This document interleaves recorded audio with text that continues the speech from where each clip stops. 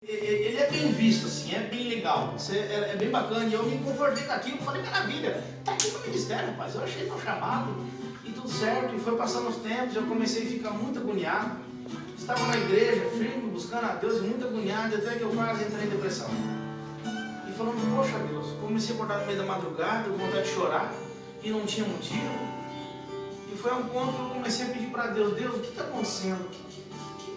Que trem que é esse? Nossa, eu estou bem, eu já achei o que é para me fazer. O Senhor já me direcionou, eu estou buscando, eu estou tentando me santificar, eu estou tentando ter uma vida correta, né? Até pessoas estão vindo à igreja através de mim, olha que maravilha, pai, está tudo certo, o que está acontecendo? Então teve um evento que nós fomos, chamado Extraordinários, um evento aqui, um congresso aqui em São Miguel, e Deus fez algo sobrenatural na minha vida naquele dia. Nós estávamos orando, e teve um momento que o pastor que estava então ministrando, ele falou assim, ó, nós vamos agora fazer, nós vamos orar por chamado e propósito. Então para você que não tem chamado, não tem propósito, então que você ore agora e Deus vai revelar para você. E eu sempre fui meio cético com essas coisas. Eu nunca acreditei muito de fato nesses movimentos espirituais que acontecem, né? Até pelo método de criação da nossa igreja, então eu sempre fui meio com o pé atrás.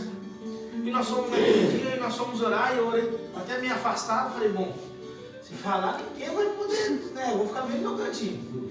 Fiquei num lugar afastado, e orei a Deus, e comecei a orar, falei, Deus, me mostra então o propósito, eu tenho que sair de Foz, e lá, o que eu tenho que fazer? Que trem que é esse? Então, eu nunca tinha escutado isso, foi a única vez que isso aconteceu comigo, eu escutei necessariamente uma voz falando para mim assim, você precisa estudar. Não me veio marca na minha cabeça, não veio nada, só falou assim, você tem que estudar, estude. E na hora que terminou eu abri o olho, agradeci a Deus, mas estava um negócio bem cabuloso, assim, você não entendia o que estava acontecendo, minha mãe estava numa quitandinha, meu pai e minha mãe estavam cuidando, vender salgadinho, vender almoço, refeição do congresso, e a minha mãe me chamou, eu fui lá, falei, mãe, você tem que ir lá confirmar com o pastor José. Falei, confirmar com o pastor Batata, que é o meu líder, né? O pastor José é o presidente da nossa igreja e o meu líder é o pastor Batata. Que também o pastor José também acaba sendo meu líder porque está acima dele. Eu falei, mãe, vai falar o que, pastor Batata? Não, vai lá. Vai lá falar o que, mãe? Ela falou bem assim, eu sei o que Deus falou para você. Eu falei, o que Deus falou para mim? O que ele falou? Ele não mandou você estudar? Eu já fiquei meio assim, falei, peraí. Tá todo mundo sabendo sobre você. Esse eu acho que Deus falou para todo mundo e eu deixo no vácuo, sabe? Falei lá, não mãe, todo mundo vai lá e passa pro teu líder. Avisa ele disso que você teve. Eu falei, tá bom, eu fui lá, né? Cegadinho, mas na minha cabeça, eu sou ruim, cara. Ele falou para mim estudar. Ele falou comigo. Então eu saí dali, fui lá falar com o meu pastor. Falei, pastor do céu, você não acredita. Eu chamo de Batata porque ele é meu tio, né? Só chamo de pastor quando o negócio tá feio. Mas tem um parente íntimo, falou assim, pastor, nossa, aí já foi tudo doido das cordas. E falei, tio, é o seguinte, vou estar com o senhor acredita que o meu chamado não é música? Eu vou cantar, eu vou adorar, eu vou buscar Deus, eu tipo de salvo, mas essa não é mais a verdade. Ele falou o quê? Eu falei, estudar, tu acredita? Eu estudando, acabou o mundo meu. Aí ele começou a chorar. Eu falei, pronto, tá zoando de mim. Nem ele acreditou, nem Deus faz isso. E nisso ele levantou e falou, foi a resposta de Deus. Eu falei, por quê? Ele falou que agora há pouco uma pessoa de outra igreja veio para mim e falou bem assim, hoje Deus vai dar um propósito para um servo teu, um discípulo teu. Um pouquinho antes de eu chegar. Eu falei, mas peraí, então Deus falou para todo mundo, não falou para mim. E eu, naquela hora eu chorei também, não sei chorar de alegria, de destreza, eu só sei que eu tive uma vontade de chorar, né? E depois dali então eu comecei a estudar mais, comecei a me dedicar mais a Deus e entendi que o propósito da minha vida não era mais só tocar ou cantar. O propósito da minha vida era me dedicar, era ler mais a Bíblia, né? Eu me ingressei com o pessoal da nossa igreja, que tem um grupo que faz parte, que faz faculdade de teologia. Então eu me ingressei nisso e Deus começou a mover mais coisas na minha vida. Então eu entendi que o verdadeiro propósito da minha vida era estudar. Era estudar, me dedicar e aprender. A gente nunca vai tudo. Mas o tudo que é nosso tem que ser puro, tem que ser verdade. Então eu comecei a me dedicar a estudar, estudo até hoje, não me formei, e não é isso mais que falta na minha vida, estudar é aprender de Deus, é aprender da palavra de Deus. Então nós vamos falar um pouco de hoje, o que é chamado, o que é propósito. E nós vamos dar alguns pareceres aqui, que você acredita que vai se identificar com um desses dois. Sabendo que as histórias são muito parecidas. Então, quando a gente falou de Moisés, ele era povo hebreu, já existia essa promessa de que viria o libertador para tirar o povo do Egito. Isso já existia. Então, depois de um certo tempo em que a Faraó e o governo começou a entender que eles começaram a buscar mais a Deus, o Faraó logo denominou assim: olha, eles devem estar buscando por aquele um que é para vir para libertar eles. Então fala o seguinte: ele vai ter que nascer, aqui. Então mata toda criança que nasceu, que tiver até 3 anos de idade, que for homem. Porque Faraó também sabia que viria daquele povo. Até porque o Egito na época ele era um império mundial, dominava o mundo inteiro. Mas ele era o maior império que existia. Então foi dada essa ordem. A mãe de Moisés, sábia, criou até 3 meses. Depois que não deu para esconder mais o menino, ela colocou dentro de um cesto, passou bálsamo, tipo pinche, como se fosse na época, vedou bem e colocou no rio. E como é contado, a irmã dele foi só vendo ali. Então a filha de Faraó, que era estéril, não podia ter filho. Olha essa coisa. O neném vai com a mulher que é estéril. Diz que Deus é perfeito. Então ela pega aquela criança e fala: vou criar ela. Deve ser dos hebreus, porque não tem outro povo aqui. Manda chamar a mãe, fala: vou te pagar um salário para você cuidar do teu filho. Você leva ele lá e você cuida dele. Depois de uma certa idade, então Moisés vem e ele começa a fazer parte então da família real. E uma pessoa que era cuidada pela família real, um príncipe, ele se tornaria um príncipe, né? Ele não era sangue legítimo, mas ele até poderia um dia vir de ser faraó, porque ele fazia parte da família real. Então ali tinha muita coisa que eles aprendiam. As 4 principais coisas que todo príncipe, toda pessoa de alta patente do Antigo Egito tinha que saber, para nós hoje a coisa é simples.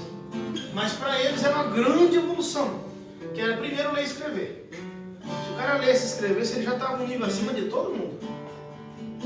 Se você acompanha a passagem da vida de José, José sabia contar. Os irmãos de José não sabiam contar. Quando ele chega lá, para onde que ele vai? Ele vai direto cuidar das finanças da casa de um cara que já era rico, porque ele sabia contar. 1, 2, 3. Então isso era um grande conhecimento.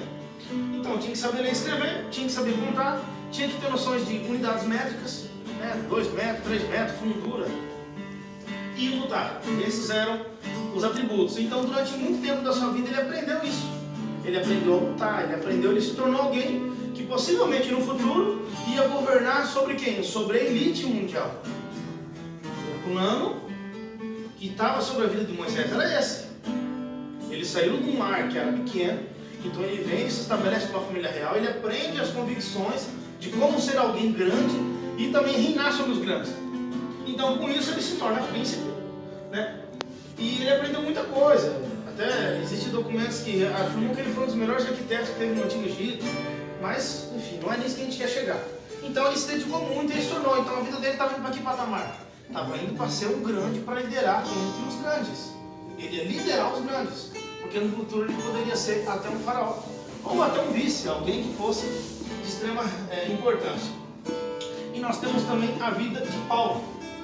Paulo, a Bíblia também fala que ele estudou. Até tem uma passagem bíblica que fala que ele estudou com Gamaliel, né? Paulo ele era hebreu e era romano ao mesmo tempo.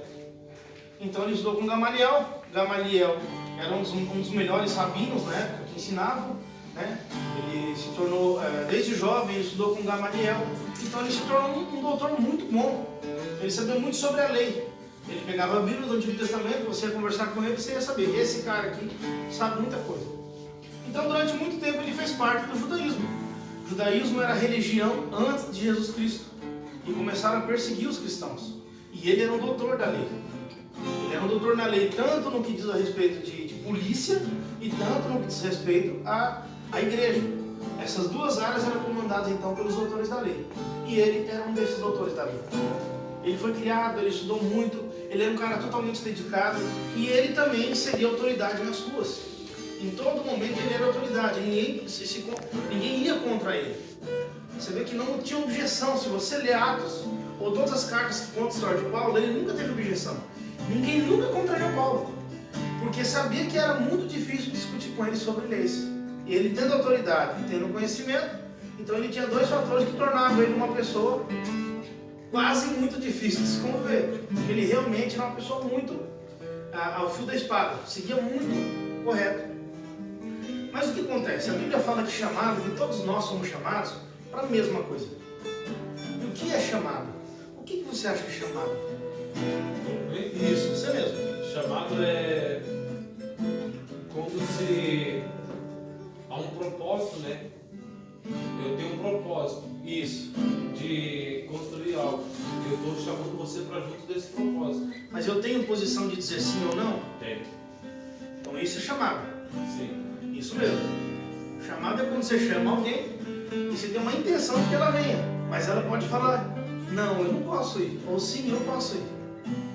Então quando a Bíblia fala bem assim, que todos nós somos chamados por Jesus Cristo, quer dizer que nós temos livre-arbítrio. Ele está falando sobre salvação. Então sobre receber a Jesus. Então eu tenho a opção e você tem a opção de receber a Jesus. Você tem a opção de se qualificar como chamado de Cristo. Então o chamado, ele é um para todos.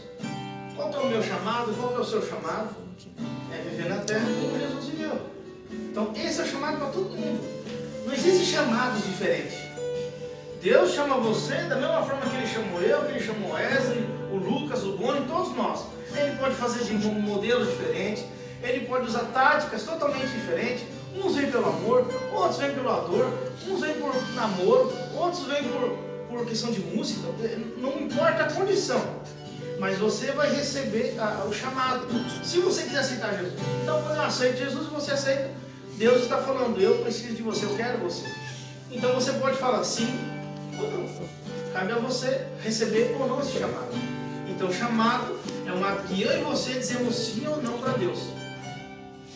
Então, quando Moisés recebe o chamado dele, quando que foi?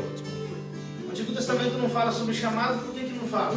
Porque geralmente quem nascia dentro dentro da nação de Israel, ele já era considerado um chamado, porque tinha circuncisão que tornava então ele apto a fazer parte do reino de Deus.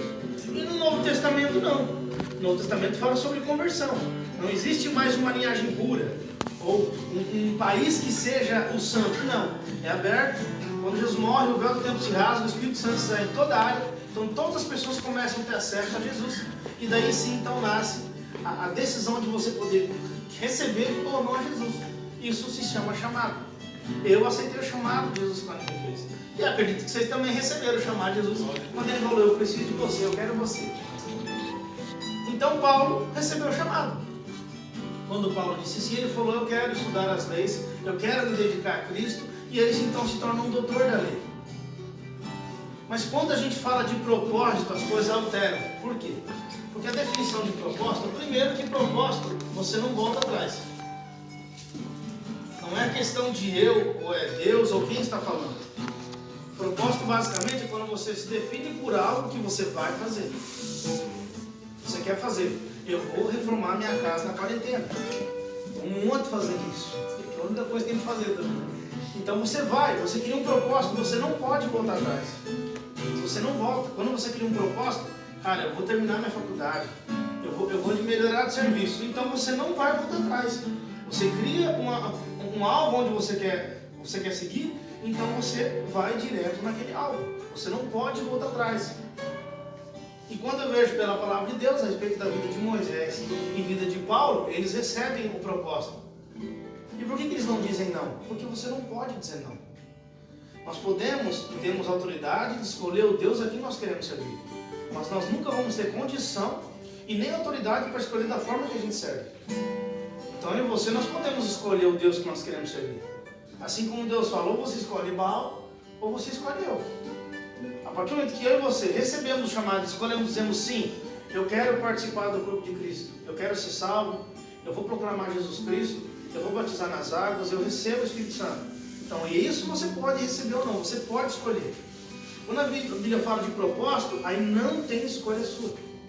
Propósito é uma tarefa que Deus vai dar só para você. Propósito não é o mesmo para todos. Se a gente começa a ver, olha como que Deus trabalha. Que é uma coisa até que nos anima.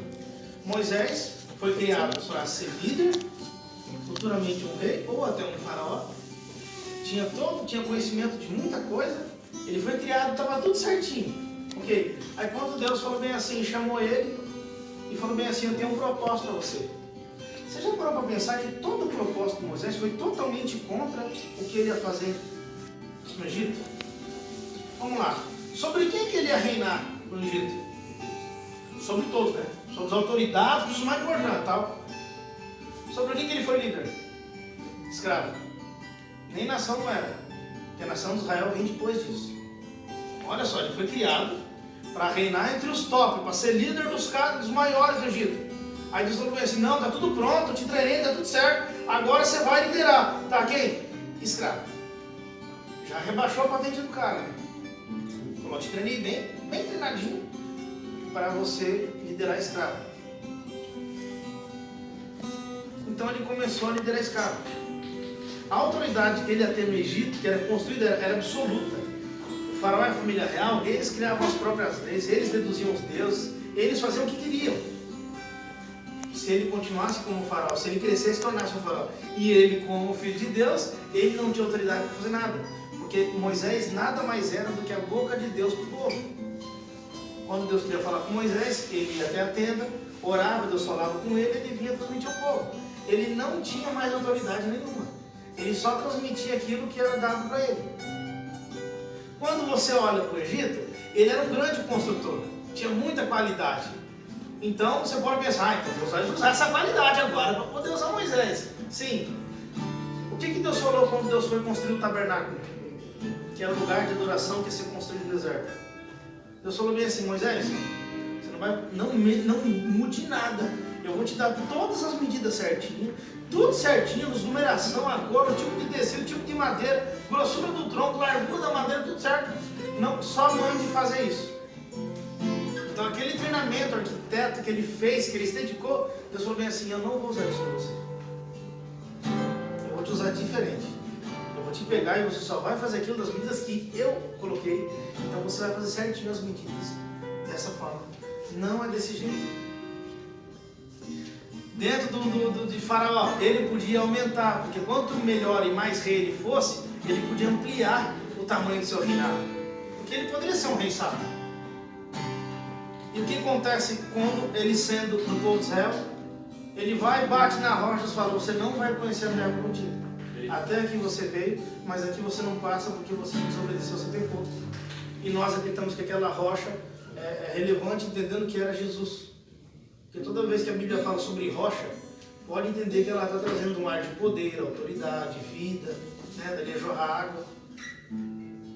Então toda a concepção de propósito que Moisés foi treinado a vida inteira sem ter Deus, quando Deus falou bem assim, Moisés, você está prontinho, ó, tá bigodinho fininho, cabelo na régua.